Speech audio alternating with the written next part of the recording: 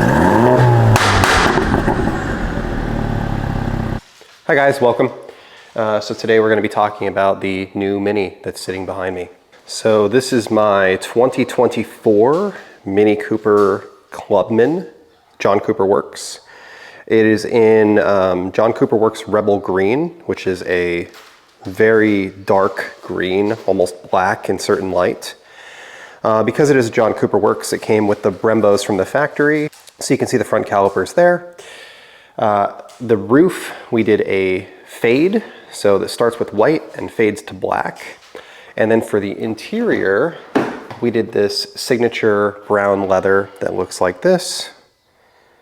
And I promise I don't sit in the seat like that. I just had it moved because I was working on it. Okay, so what is a Clubman? Well, Mini makes 4 different body style of vehicles. They have their coupe. They also have the coupe in a convertible, which is still the same body style. They have a 4-door, which is shorter than this. It looks like a coupe with 2 small back doors. This is what they call the Clubman, which is technically a wagon. And then they also have the Countryman, which is an SUV.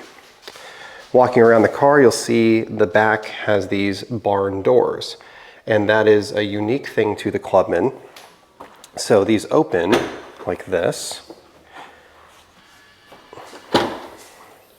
And you can see the back actually has some storage space. So this comes back like that. There's a tonneau cover, of course. You can fold down the rear seats and you actually have a fair amount of room back here. And then the bottom has a well that is a reasonable size for you to store some extra things in. And the back opens kind of like a panel van. Looking down the driver's side, you can see the same as the passenger. This has the 18-inch black wheels. I'm probably going to swap those for a different set. I'm not sure which ones yet. Here's the back seat. You can see the quilted leather, the signature leather as Mini calls it. And then in the front, you can see what the driver's seat looks like. Again, quilted leather, power seats, which a lot of the other Minis don't have. Harman Kardon sound system. And yes, this is an automatic. The Clubman and Countryman are no longer available in a manual transmission. So disregard the radar detector, that will get hardwired. In the interior, you can see the nice large center display. It has driver profiles like most other BMWs, which will move your seat and adjust other things, your radio, etc. You can see that it has CarPlay.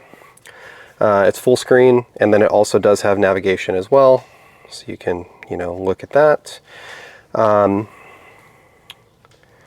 controls are similar to other Minis. The AC and climate control is actually identical to my F56. Even my 2015 was the same as this. The start button is this, fighter jet style thing, and there are overhead controls here as well. This does have HomeLink, which my other Minis did not, and it has a heads-up display, which you can see. It flashes in the camera, but and here is the gauge cluster that you're normally looking at. So nice digital display. With the car running, you get a nice mile per hour gauge. You get information on the active cruise control here. One of the things that I do want to do a separate video on is the active cruise control, because I was looking for information and couldn't find it. It does work very well. It follows the car in front of you. It will do stop and go, meaning if the car in front of you stops, it will stop as well. If they start going, it will start going again. If you stop for more than a couple of seconds, you tap the gas and it starts going again. It does have paddles as well. Possibly going to swap these out for magnetic paddles. I was looking at a couple options there. And it does have a wireless charging inside the center console. Shut the car off.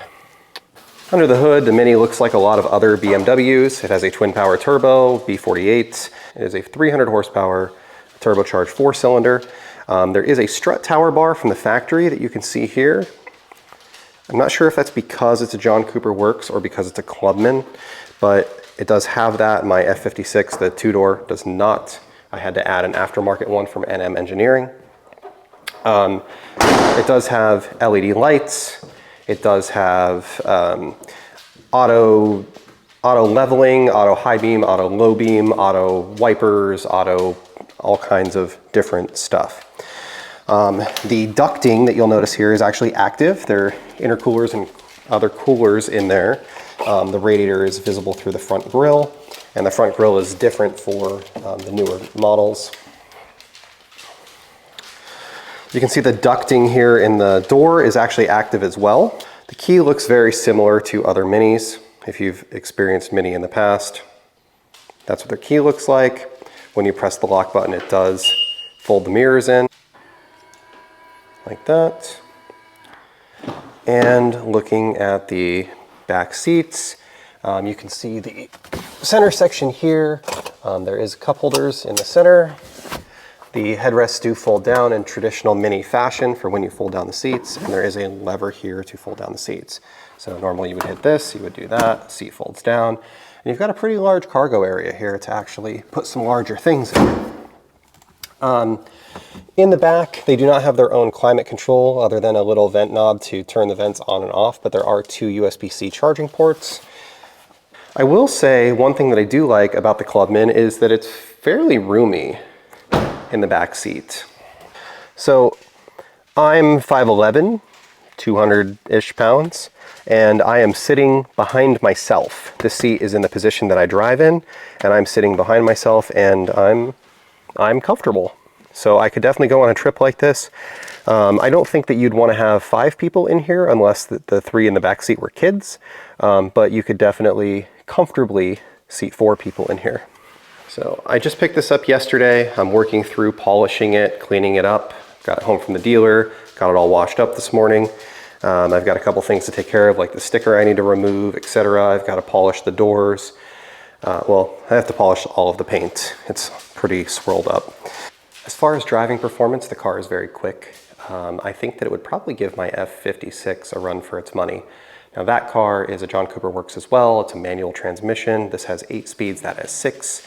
That one also has a tune and a downpipe on it, which this is stock, but they have increased the power to 300 horsepower, and this car comes factory with 4-wheel drive. So I think that all of that added together makes this probably the fastest, it's the fastest production Mini that they've ever made. I'm not sure if it is faster or not than my current John Cooper Works, but this is definitely a really fast car. Especially for its size, the amount of money that you're spending. I mean, obviously there are other cars out there like the M3, the M4, the M2, the M5, Porsches, etc. that could, you know, beat this car around a track or in a straight line. But for the size of the car, the money and the practicality, it's actually a really, really good package. Maybe the only one that's better than it would be like an M3, but you're not buying a new M3 for $50,000. You're buying a new M3 for $80,000, $90,000, and you're buying a used, you know, a 2018 M3, 2019 M3 for this kind of money.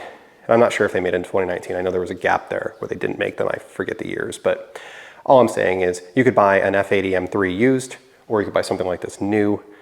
This is insanely capable, very practical, and very fast for really good money. So anyway, thank you for watching. Stay tuned for the next video where I'm going to be talking about the paint correction. And yeah, have a great day.